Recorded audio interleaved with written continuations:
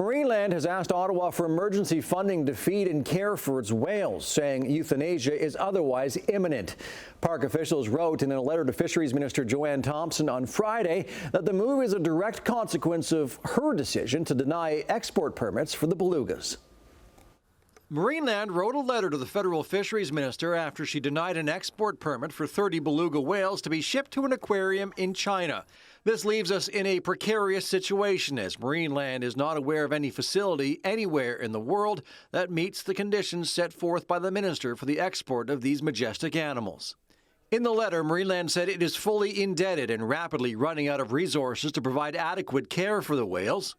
Our only options at this point are to either relocate the whales or face the devastating decision of euthanasia. This is an outcome we are desperately trying to avoid. Former Marineland whale trainer Phil Demers doesn't think that will happen. No animals are going to be put down under this circumstance. The only time an animal will ever be euthanized is because they're sick and cannot be healed. That said, since 2019, 20 whales have died at the park in Niagara Falls. World Animal Protection Canada takes the threat seriously. I think it's truly a reprehensible move on Marineland's part to hold the federal government hostage for essentially their lack of poor planning, and after the federal government just made the right decision to deny that export permit. The Fisheries Minister's office told CHH News today the minister only has authority over the approval or rejection of export permits. The province of Ontario is responsible for ongoing animal welfare and has oversight over Marineland. We see the situation as an emergency, and it's important that Ontario steps in right away so that we can start making that determination about exactly how well or how unwell the animals are.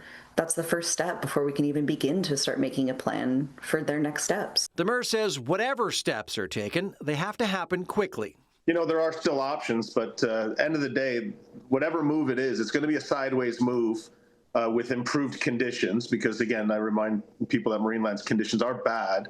The life support system itself is failing, and it's time is of the essence. Aside from the 30 beluga whales at the facility, it's believed there could be more than 100 other animals at Marineland, including dolphins, penguins, and bears.